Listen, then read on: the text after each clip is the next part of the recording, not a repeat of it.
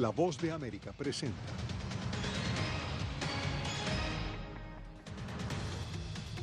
Terror en Afganistán pone en jaque operación de retiro de tropas estadounidenses.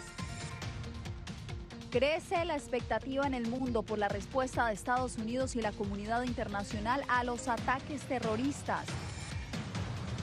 Además, cientos de refugiados afganos llegan a la base militar de Fort Bliss en Nuevo México. Y decepción entre solicitantes de asilo por tener que esperar en México tras decisión de la Corte Suprema.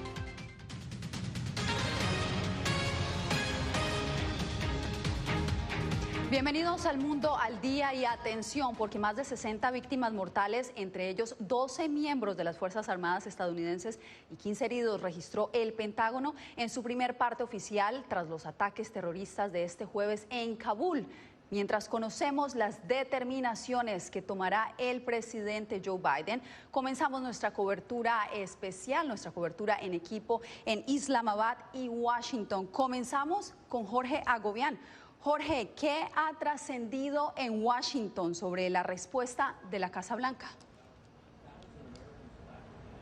Pues ahora sabemos más detalles de estas dos explosiones, esos atentados de los cuales el grupo islámico, Estado Islámico, específicamente ISIS-K, se atribuyó la responsabilidad. Se sabe que fueron dos chalecos explosivos. Esos datos fueron dados a conocer la tarde de este mismo jueves por el Pentágono, quienes dijeron que hay otras amenazas extremadamente activas en el aeropuerto mientras continúan las labores, y ellos esperan continuar las labores de evacuación. Estos fueron los detalles ofrecidos por el Pentágono. Escuchemos.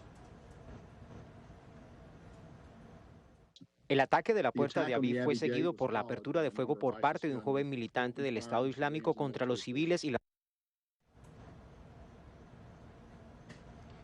Según estos funcionarios del Pentágono, ellos consideran que el Estado Islámico tiene el deseo de continuar con los ataques. Por ahora está la mirada puesta en los aviones que llevan a los evacuados de Afganistán hacia Estados Unidos. Dijeron que 1,000 se mantienen en Afganistán con la intención de ser evacuados. También vamos a citar parte de estas declaraciones. Dijeron están preparados para actuar y los están buscando las 24 horas del día. Esto dijo sobre las evacuaciones.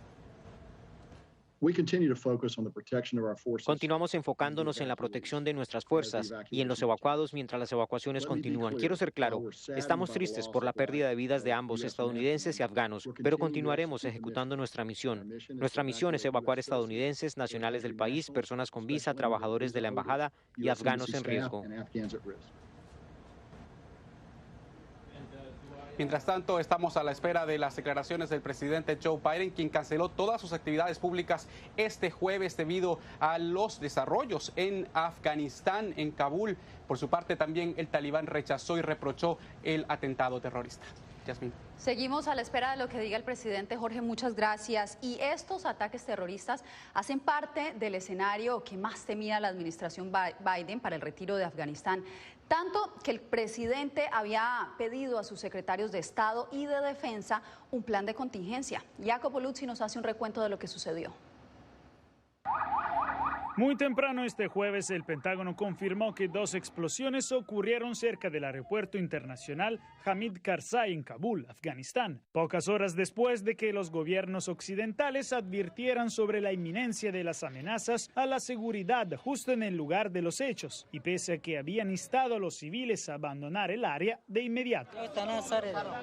La explosión ocurrió fuera del aeropuerto, cerca del canal de aguas residuales fuera del aeropuerto. Decenas son las víctimas mortales, así como de heridos. Incluso horas después de los ataques, las estimaciones eran inciertas. Sin embargo, el Pentágono reveló que también tropas estadounidenses se encuentran entre quienes perecieron. El ISIS-Khorasan, la división afgana del Estado Islámico, estaría detrás de estos dos ataques. Mientras el talibán condenó las explosiones, Naciones Unidas advirtió: este incidente subraya la volatilidad de la situación sobre el terreno en Afganistán, pero también refuerza nuestra determinación a medida que continuamos brindando asistencia urgente en todo el país en apoyo del pueblo afgano. Los oficiales militares estadounidenses en el aeropuerto dijeron que un ataque, dada la velocidad y la confusión que rodearon toda la evacuación, nunca fue una cuestión de si ocurría, sino de cuándo. Jacopo Luzzi, Voz de América. Y el mundo también está expectante a la respuesta de la comunidad internacional y el impacto que estos ataques terroristas tendrán en las últimas horas de operación de evacuación. Continuamos nuestra cobertura desde Islamabad. Ahora vamos con Philip Crowder. Philip, ¿qué información adicional ha revelado las autoridades sobre estos atentados? Pues como ya lo dijo Jorge, el grupo ISIS-K se ha adjudicado la responsabilidad de estos ataques terroristas. Mientras tanto, las evacuaciones continúan, aunque no haya una amenaza creíble de que los aviones sean impactados o atacados. La seguridad de estos aviones es una prioridad muy importante para las fuerzas aliadas, que ahora mismo están intentando sacar un máximo de evacuados desde el aeropuerto internacional de Kabul. ¿Qué va a pasar con el operativo de salida de las fuerzas aliadas? No sé si todavía tenemos comunicación contigo en este momento, ahí te tenemos. ¿Tendrá algún impacto estos atentados?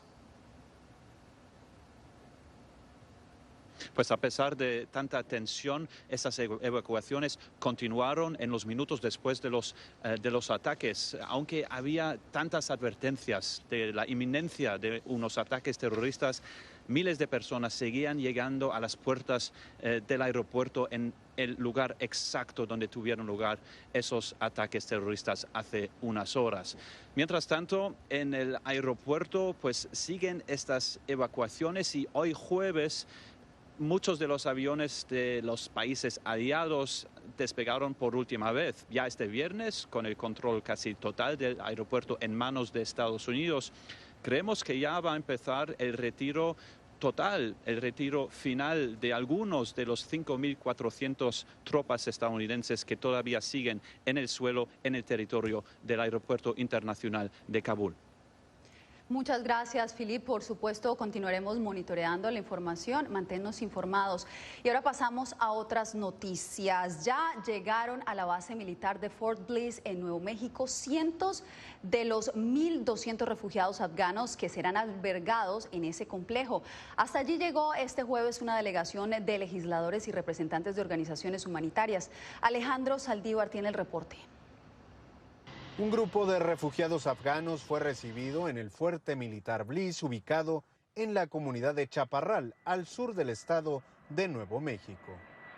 La congresista Verónica Escobar visitó a los refugiados y esto le dijeron. Muchos de ellos están muy preocupados por las familias que dejaron atrás, familias que no son parte del programa, que no han trabajado con el gobierno y con los Estados Unidos. Aunque miles permanecen en su país de origen, muchos de quienes fueron evacuados a esta base militar y a otras 5 ciudades estadounidenses ya han cumplido con algunos requisitos migratorios. Básicamente es un permiso humanitario para entrar a los Estados Unidos que va a ser válido por 2 años y que los va a permitir aplicar por la residencia o seguir el proceso del asilo. Lo mínimo, una persona ciudadana de los Estados Unidos, personas con visas, personas que son LPR, residentes legales, personas casados con alguien que no tiene estatus, pero ellos tienen estatus. La congresista Escobar confirmó que a pesar de las medidas preventivas del traslado bajo las condiciones de la pandemia, se ha detectado un solo caso de COVID en el refugio y que las autoridades ya trabajan para evitar un brote del virus. Alejandro Saldívar, Voz de América, Fort Bliss. Al volver, las reacciones en la frontera tras la restauración de la política que deja solicitantes de asilo esperando en México.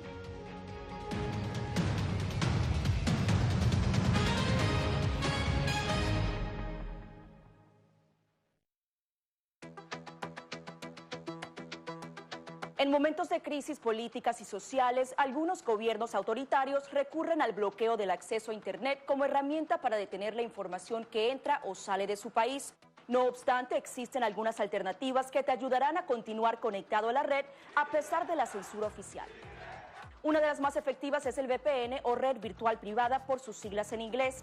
La VPN pretende simular que la persona está en otro lugar del mundo y no en el país que esté restringiendo el acceso a Internet, de manera que es incapaz de detectar esa conexión interna y así se puede utilizar Internet con normalidad. Las ofertas de VPN en el mercado son muchas y las puedes buscar escribiendo las iniciales VPN en los motores de búsqueda, pero es importante descargarla o adquirirla antes de perder la conexión al Internet. Aquí te ofrecemos algunas opciones.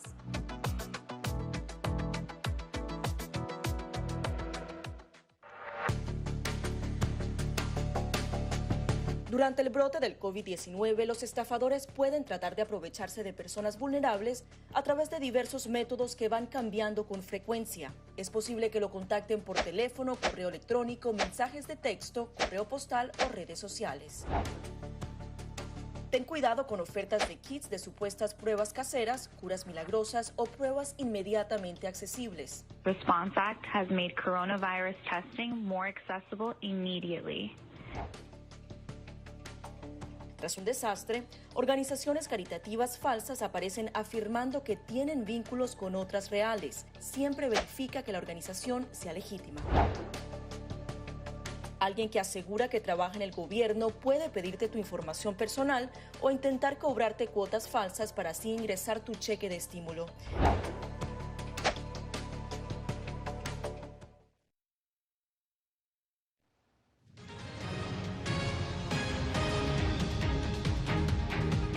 El anuncio de que regresará al programa Quédate en México ha generado sorpresa y decepción entre los miles de migrantes que permanecen varados en la frontera entre México y Estados Unidos. Vicente Calderón nos trae sus testimonios. Carolina Cardona apenas se enteró de que el gobierno estadounidense reactivará la política conocida como Quédate en México, oficialmente llamada Protocolos de Protección al Migrante, que obliga a los solicitantes de asilo en Estados Unidos a esperar el trámite en México. Eso es lo que no queremos, que los regresen a México, pues ya tenemos mucho tiempo acá. Salió de Honduras hace casi un año, lleva 4 meses en un campamento instalado en Tijuana. Como ella, miles de personas llegaron al norte de México y siguen esperando una opción para pedir asilo en Estados Unidos. Hay familias en juego, son personas las que están aquí pidiendo ayuda, ¿me entiende? Y no le están pidiendo ayuda a México, sino que a Estados Unidos. Donald Trump creó el programa Quédate en México, también conocido como MPP por sus siglas en inglés, para contener la migración principalmente de Centroamérica. Al llegar Joe Biden a la Casa Blanca, prometió desmantelarlo y restaurar el sistema de refugio de su país. Pero el 24 de agosto, la Suprema Corte de Estados Unidos ordenó restaurarlo. No sería justo de que los regresen nuevamente a México, sino que lleváramos el proceso ya una vez adentro. Anteriormente, cuando el gobierno mexicano aceptó la imposición del programa MPP o Quédate en México, se comprometió a atender las necesidades de los centroamericanos que Estados Unidos regresara a nuestro país. Pero muchos activistas dicen que en realidad eso nunca sucedió. Los albergues de organizaciones comunitarias están saturados desde hace meses. El gobierno de López Obrador ha sido sumiso. Este académico considera que regresar a México a los solicitantes de asilo es exponernos a los mismos peligros de los que han huido. Vicente Calderón, Voz de América, Tijuana.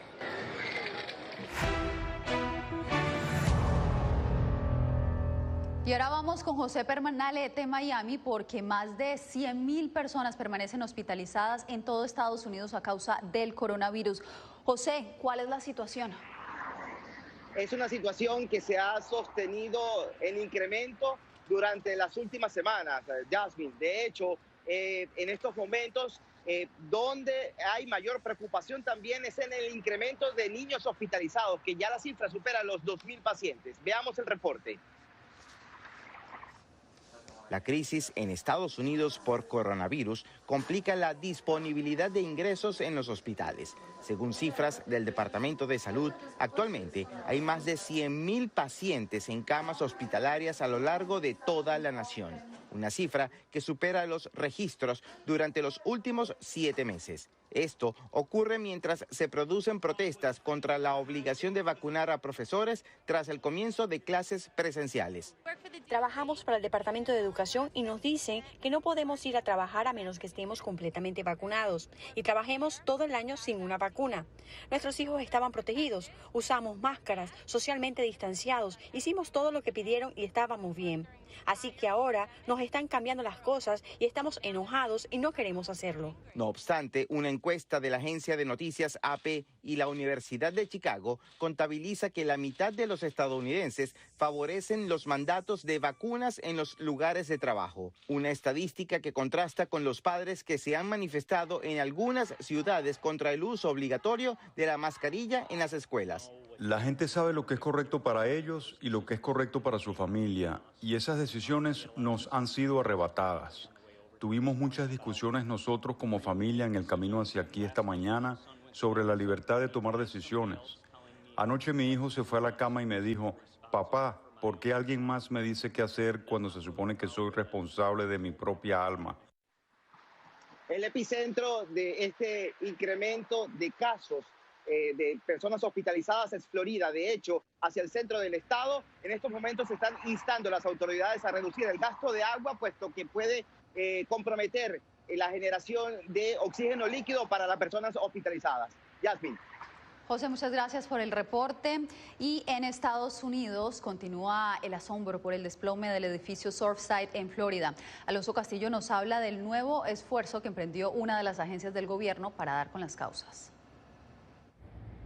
El equipo designado por el Instituto Nacional de Normas y Tecnología está preparado para investigar y determinar por qué se derrumbó la torre en Surfside el pasado 24 de julio, provocando la muerte de 98 personas. El director del instituto, James Olthoff, destacó que esta es la quinta investigación que la agencia federal realiza desde su creación.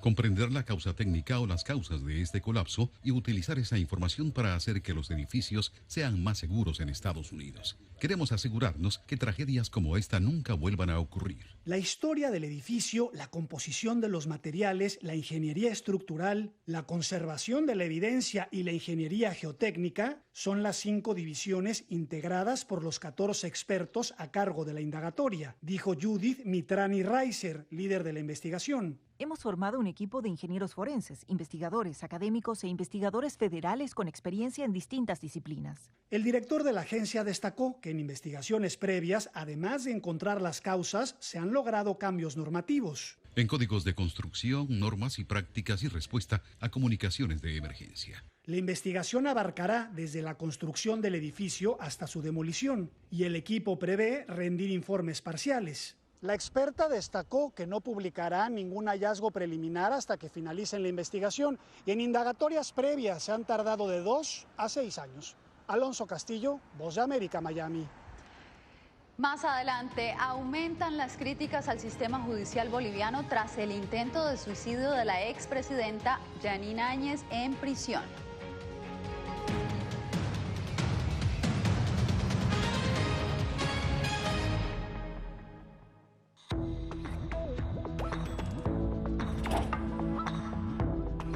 Cuando ellos me traen un tema un poco delicado o fuerte, yo siempre les pregunto primero, ay, ¿y dónde oíste eso? ¿Quién te lo comentó? ¿Y qué te han comentado? Pues corrijo si han escuchado algo que no está correcto, no está bien, y les aclaro, pero lo mínimo necesario para su edad. Enfócate en que tu hijo se sienta seguro y no le ofrezcas más detalles de los que pida. Si ellos preguntan, nosotros siempre les hemos respondido con la verdad, pero a su edad. Finalmente, di cosas específicas que tu hijo pueda hacer para que sienta que tiene el control. Por ejemplo, enséñale que lavarse las manos con frecuencia lo puede ayudar a mantenerse sano.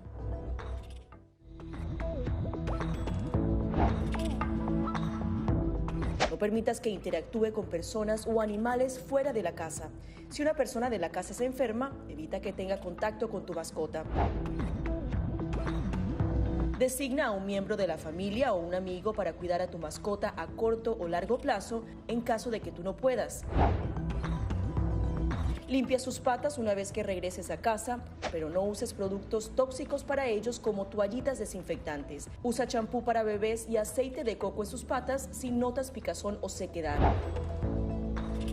Prepara un kit de emergencia que incluya un suministro de medicamentos por 30 días y al menos 2 semanas de alimentos y otros suministros. Asegúrate de que todas las mascotas lleven collares y etiquetas con información actualizada como nombre, número de teléfono y necesidades médicas urgentes.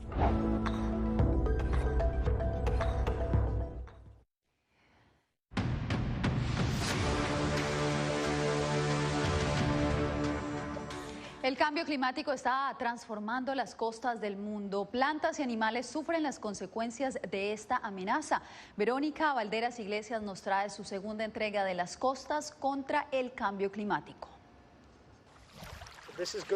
Esta es la isla Goodwin en Virginia. Puede ver cómo la costa se erosiona lentamente y por allá las marismas están reemplazando a los bosques que solían existir ahí. Estos son los llamados bosques fantasma, que aparecen en zonas húmedas y salinas como resultado del aumento en el nivel del mar y las tormentas en el río York, agudizadas por el cambio climático.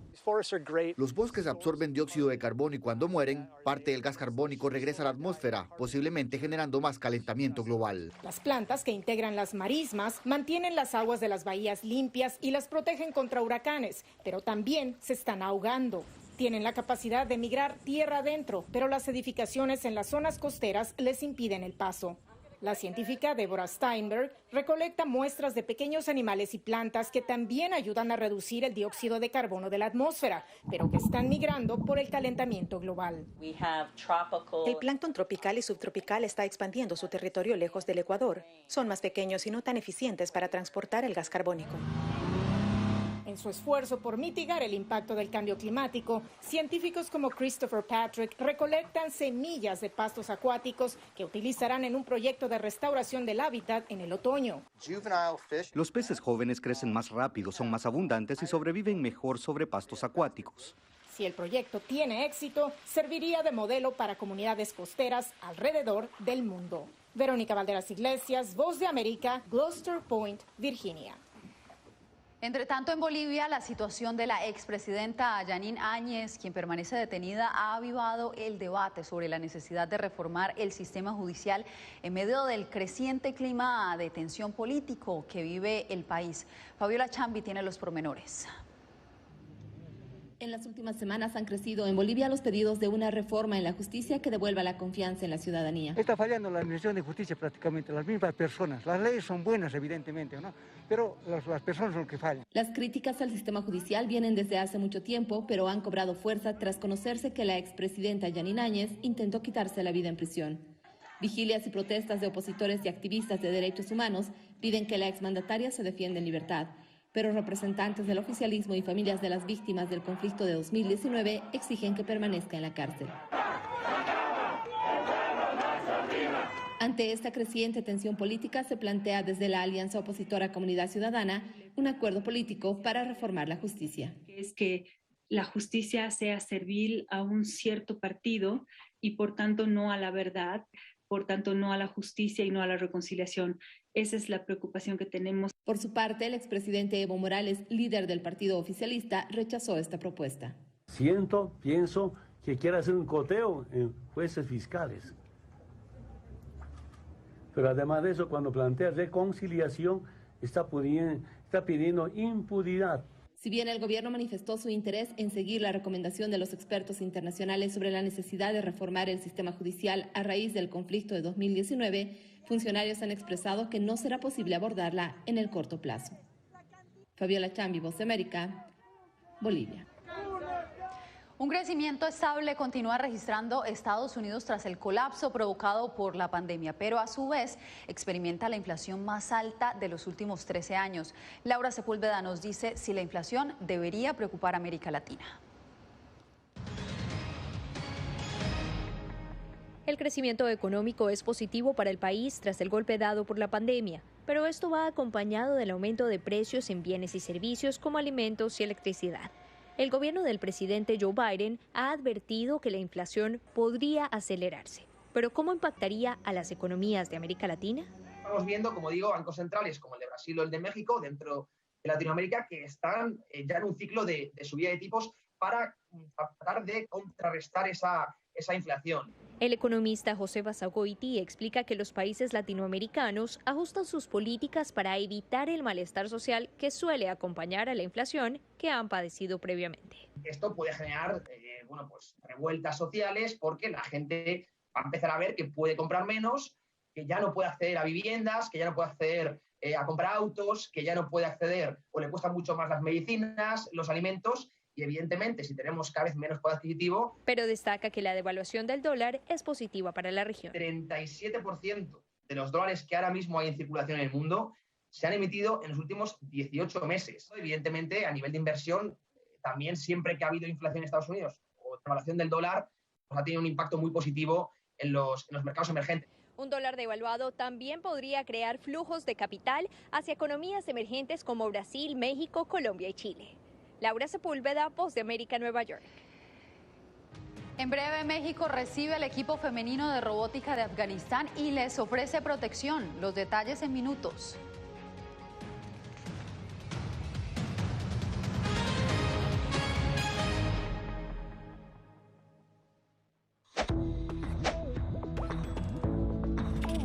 La Organización Mundial de la Salud asegura que las mascarillas son esenciales para eliminar la transmisión del nuevo coronavirus y salvar vidas. Por ello, recomienda su uso cuando se está en lugares concurridos, donde no se pueda mantener el distanciamiento social y en lugares con poca ventilación. Cuando se habla de mascarillas para protegerse del COVID-19, se refieren generalmente a la mascarilla quirúrgica, el respirador N95 o las de tela. Las mascarillas quirúrgicas planas, rectangulares y desechables protegen al portador de gotas de partículas grandes del virus e impiden que los enfermos la esparzan cuando tosen o estornudan. Los expertos advierten que solo deben ser usadas una vez. El respirador N95, de forma oval y más ajustado a la cara, tiene una válvula de exhalación que ayuda con la humedad y el calor cuando respiramos. Además de filtrar partículas grandes, puede impedir que pase el 95% de las partículas pequeñas de virus y bacterias. Ante la escasez, muchos han recurrido a hacer sus propias mascarillas y, en efecto, los expertos confirman que estas mascarillas caseras pueden ser efectivas. Las mascarillas nos pueden servir como una barrera aislante para las secreciones, pero tener mucho cuidado porque hemos visto gente que usa la mascarilla, pero al acomodarse la mascarilla se está tocando la cara. Y eso es justamente lo que queremos evitar, es que la gente se esté tocando la cara en estos momentos, porque cuando uno está en lugares públicos puedes estar pasando la mano por una superficie que ha sido tocada por otras personas y que puede estar contaminada y luego sin querer te puedes llevar la mano a la cara. Para más información visita nuestra página web y síguenos a través de las redes sociales bajo @Voz de América.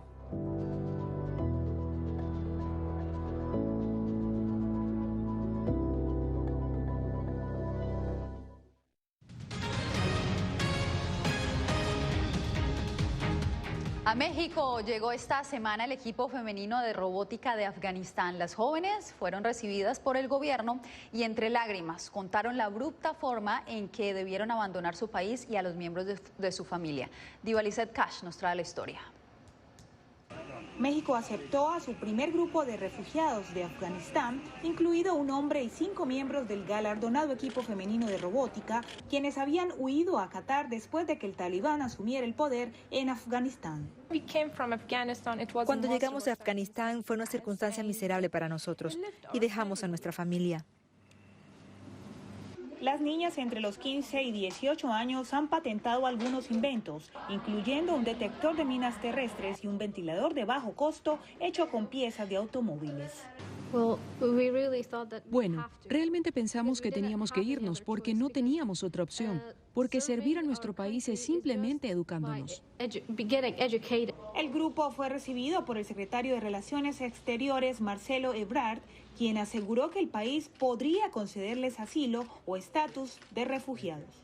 Pues podemos estar muy distantes de lo que ocurre en Afganistán, pero la causa humana, la protección de los valores y las causas que nos identifican a las y a los mexicanos hoy, pues han hecho que nos comprometamos para que ellas estén en México. De acuerdo al portavoz del nuevo gobierno talibán, Sehil Shaheen, las jóvenes no habrían perdido nada quedándose en el país y solo se les hubiese obligado a usar un hijab o pañuelo en la cabeza.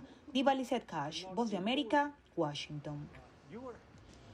Una nueva atracción llegó a Nueva York. Se trata de una rueda que mide 33 metros de alto, desde donde se puede tener una panorámica del centro de Manhattan, pues está ubicada en pleno corazón de Times Square. Y eso no es todo. Las primeras 100 personas vacunadas contra el COVID-19 que han llegado cada día desde su instalación el 1 de agosto han podido vivir la experiencia completamente gratis y así podrán seguir haciéndolo.